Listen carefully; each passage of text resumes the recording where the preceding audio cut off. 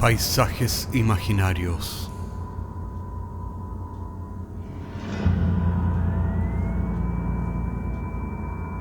Una producción Cortés Rojas.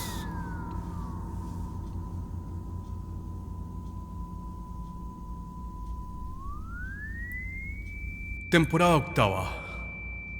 Episodio quinto. La lección de anatomía.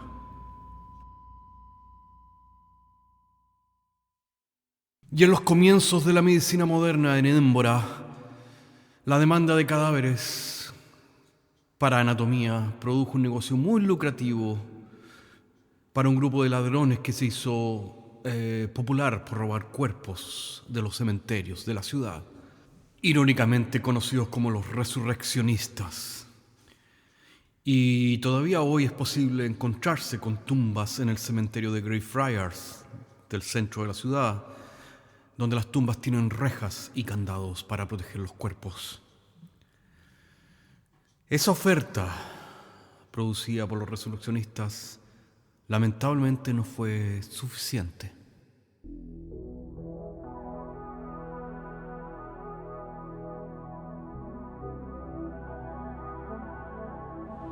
A pesar de encontrarse repleto, el anfiteatro de disecciones del Surgeons Hall de la ciudad de Edinburgh se encontraba en el más absoluto silencio, mientras el doctor Robert Knox dictaba su clase magistral de todos los martes. Así, solo se escuchaba el sonido del danzar de las llamas de las velas de los altos candelabros del salón y la respiración entrecortada de los presentes. El doctor Knox cortó con un movimiento preciso del escalpelo los músculos del cuello del cadáver y comenzó a describirlos uno a uno. Y desde la última fila se podían ver con lujo de detalles todos los tendones que uno a uno enseñaba y nombraba Knox con la seguridad que daban los años de experiencia como cirujano jefe del Colegio de Cirujanos de Edimburgo. La audiencia seguía a Knox ávida y tomaba nota de cada una de sus palabras. Tal vez el billete de entrada era caro y los puestos limitados, pero luego de 3 sesiones se obtenía aquel certificado que era válido para el currículo de medicina de la Universidad de Edimburgo. Eran años de ilustración en Escocia y en el resto de Europa, y una multitud de jóvenes se dedicaba a estudiar filosofía, artes y ciencias en la universidad, pero en aquella misma ciudad también eran años de contraste social y extrema pobreza, y aquella miseria convivía cotidiana con la ilustración y la ciencia.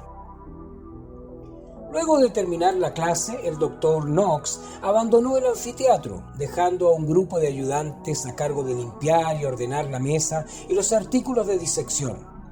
Mientras los restos del cadáver eran retirados, el doctor Knox abandonaba el Surgeons Hall por la puerta principal, caminando hacia el sur por Nicholson Street, hacia su residencia en 4 New Wing Town Place.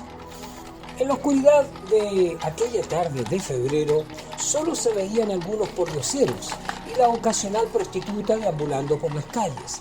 Pero Knox, como todos los días, ignoraba aquel paisaje y la ironía de la condición humana. Finalmente, el doctor Knox llegó a su residencia y dio un tirón firme a la argolla que hacía sonar la campana que estaba en la entrada. Esperó por algunos segundos hasta que fue atendido por el sirviente de turno, que tomó su abrigo medio mojado y le entregó el Edinburgh Evening Current de aquel día. El doctor Knox subió a su estudio, se sentó en su sofá de siempre y se dispuso a leer el periódico. Pero a los pocos minutos fue interrumpido por su hijo mayor, que estaba de pronto en el estudio. Knox lo miró interrogativo, mientras éste le decía: «Padre, disculpe la interrupción. Me imagino que debe estar cansado. Pero quiero que sepa cuanto antes que he decidido finalmente seguir sus pasos y estudiar medicina en la universidad». El doctor Knox bajó lentamente el periódico y miró a su hijo de arriba abajo. ¿Cómo había crecido en tan poco tiempo? Ayer un niño, hoy Ian era todo un hombre. Knox le respondió: «Ian, La medicina es una ruta dura de sacrificios, pero si es lo que quieres te ayudaré. ¿Has mandado tu postulación a la universidad? Sí, padre, y hoy he decidido recibir esta carta de aceptación, por lo que necesitaré seguir sus clases de anatomía y obtener el certificado. Knox miró a su hijo con orgullo y puso su mano sobre su hombro. Hijo, solo tienes que asistir a 3 de mis clases para obtener el certificado y ser aceptado de esa manera en la escuela de medicina de la universidad. La próxima disección completa será el martes que viene. Considérate mi invitado de honor y en primera fila. Luego de aquel pequeño discurso, el doctor Knox abrazó con fuerza a su hijo, orgulloso. Se encaminaron al comedor y cenaron en silencio a la luz de las velas. Después de cenar, Knox se retiró nuevamente de su estudio para volver a sentarse y terminar de leer el periódico. Observó por la ventana aquella silueta conocida. Dejó el periódico en la mesita lateral y en silencio, sin llamar la atención de su familia o de los sirvientes que ordenaban el comedor, se acercó lentamente a la entrada principal y entornó la puerta sin totalmente abrirla. La silueta lo esperaba pacientemente, pero Knox quería dar por terminada la entrevista lo antes posible, así que fue directo y le dijo a la sombra: El marino que me trajeron ayer tenía algo de daño cervical, por lo que no fue muy fácil mostrar su musculatura a la audiencia. La mujer que me dejaron antes hubiera sido perfecta, si no hubiera sido porque estaba embarazada. En cualquier otra oportunidad esto no sería ningún problema, pero para el martes que viene necesito un espécimen perfecto, idealmente masculino, joven y sin enfermedades. La sombra, que llevaba por nombre William Burke, asintió con la cabeza y dijo lentamente: Doctor Knox, eso le costará más caro, por lo menos 7 libras. Ya, le daré las 7 libras y además 10 peniques extra por las molestias. Pero asegúrese de que el cuerpo esté en perfectas condiciones para la disección. Insisto, no voy a aceptar un espécimen defectuoso. ¿Me oyó? Puede dejarlo con mis ayudantes en el Surgeons Hall el lunes por la tarde. Mi ayudante principal le pagará en cuanto se asegure que el espécimen esté en perfectas condiciones. William Burke hizo otro gesto de asentimiento y desapareció, fundiéndose en la neblina, mientras el doctor Knox cerraba silenciosamente la puerta de su casa. Al otro día, Burke se encaminó hacia las afueras de la ciudad, hacia el cerrito que estaba detrás del Palacio de Hollywood. Caminó por la orilla de la laguna de St. Margaret y subió por un senderito hacia las ruinas de la capilla de St. Anthony. Siguió el sendero hasta llegar a un rincón entre las rocas volcánicas donde se podía observar una pequeña cueva. La parte posterior de la cueva se encontraba cubierta y disimulada con una losa de basalto, que Burke descubrió. Abriendo la bolsa, sacó de ella una pequeña cajita de madera que puso junto a otras que se encontraban en el agujero. Volvió a reponer la losa y, sin mirar atrás, dejó la cueva y se encaminó nuevamente a Edinburgh. Y aquel domingo por la noche, Burke se dirigió al pub en compañía de su buen amigo William Hare. Llevaba algo de dinero en el bolsillo, así que le pidió una botella de buen whisky y se sentó en una mesa lateral a beber con Hare. Frente a ellos había un molinero de pelo furiosamente rojo al que se le había acabado el dinero y miraba con resignación su vaso vacío. Burke le hizo señas y le dijo: «Hey, compañero, ¿te has quedado seco?» El molinero lo miró irritado y contestó en forma hosca: «¡Hey! Ese no es problema suyo, pal». Burke sonrió y le dijo: «No me tome usted a mal. Venga, le invito un trago. Hoy me han pagado bien y me siento generoso». El molinero miró sorprendido. Este era su día de suerte, al parecer. Se acercó a la mesa, se sentó y pidió disculpas. Berg lo miró comprensivo. Yo soy William Berg y este es mi socio William Hare. Sírvase una copa, señor. Joseph Lodge es mi nombre, señor Berg. Gracias por el whisky. Después de varias horas y varias botellas, los tres hombres se habían hecho amigos y reían ruidosamente. Hare miró de soslayo a Berg y éste asintió en silencio. Luego miró a Lodge y le dijo: Amigo Joseph, se nos ha acabado el dinero, pero vivo en Tanner's Close, en West Point, y tengo allí todavía un par de botellas escondidas. Es a un tiro de piedra desde aquí. Los tres hombres se encaminaron ruidosamente por Grassmarket en dirección hacia la vivienda de Hare. Esa tarde llovía sobre los adoquines de Old Town. En cuanto llegaron, Hare gritó un par de obscenidades y su esposa le abrió la puerta dejándolos pasar. Berg se sentó en un rincón sobre un lecho de hamaca mientras Hare destapaba con los dientes una botella y ponía 3 vasos sobre la mesa. El molinero, luego de beber el último trago, cayó inconsciente al suelo y empezó a roncar ruidosamente. Berg se levantó en silencio, tomando consigo la almohada que estaba en el lecho. Ambos hombres habían fingido estar borrachos, pero la verdad es que habían pretendido beber mucho más de lo que habían bebido. Berg se acercó al molinero y colocó decididamente la almohada sobre el rostro de él. Aquel martes el doctor Knox dio su habitual clase y sentado en la primera fila tomando notas de todo lo que veía estaba su hijo Ian.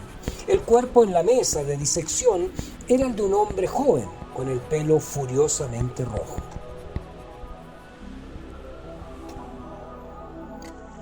Luego de terminar la lección, el doctor Knox se limpió las manos y salió por la puerta principal del Surgeons Hall como todos los días, pero esta vez orgullosamente acompañado de su hijo mientras caminaba por Nicholson Street. Aquella tarde, Knox esperó pacientemente en su estudio nuevamente la llegada de la sombra de Berg en su ventana, quien como todas las tardes apareció en New Windtown Place para negociar con Knox. El cuerpo estaba excelente y la disección ha sido todo un éxito. Espero que esté satisfecho con la paga. La semana que viene traiga un espécimen similar y se le pagará en la entrega. Esta vez le va a costar 10 libras, 5 por adelantado. ¿Pero cómo puedo asegurarme de la calidad del espécimen si le pago por adelantado? Le aseguro que el cuerpo va a ser perfecto y de su agrado.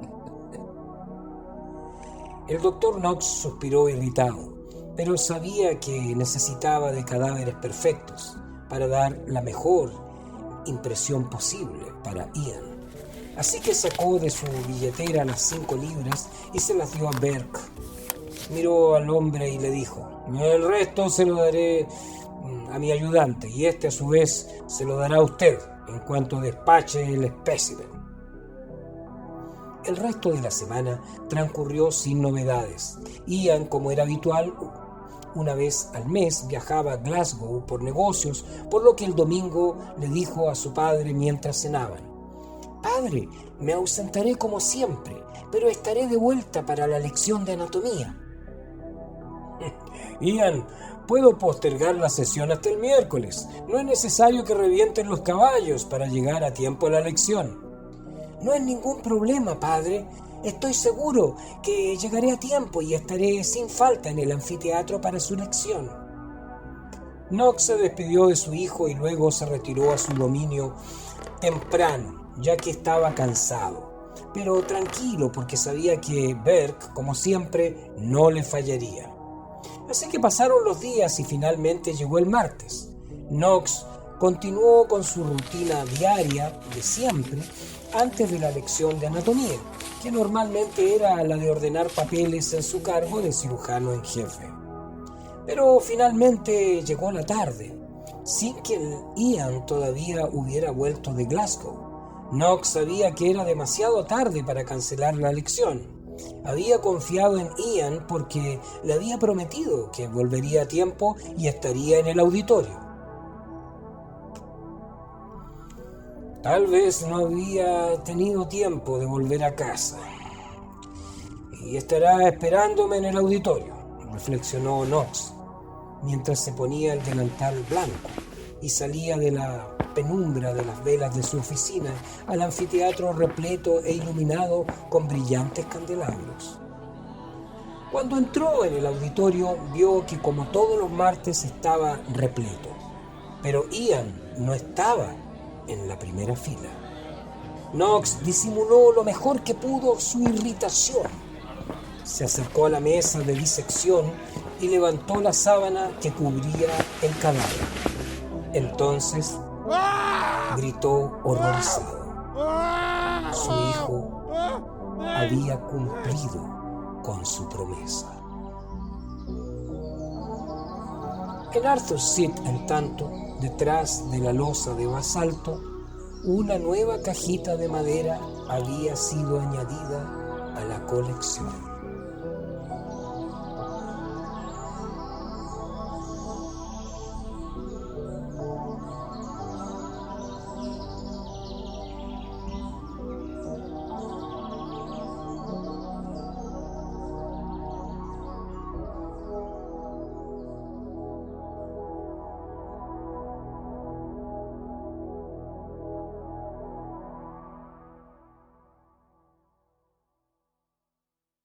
William Byrd fue capturado, juzgado y ajusticiado el 28 de enero de 1829. Al otro día, su cuerpo fue diseccionado públicamente en el St. John's Hall de Edimburgo. Nos vemos la próxima semana.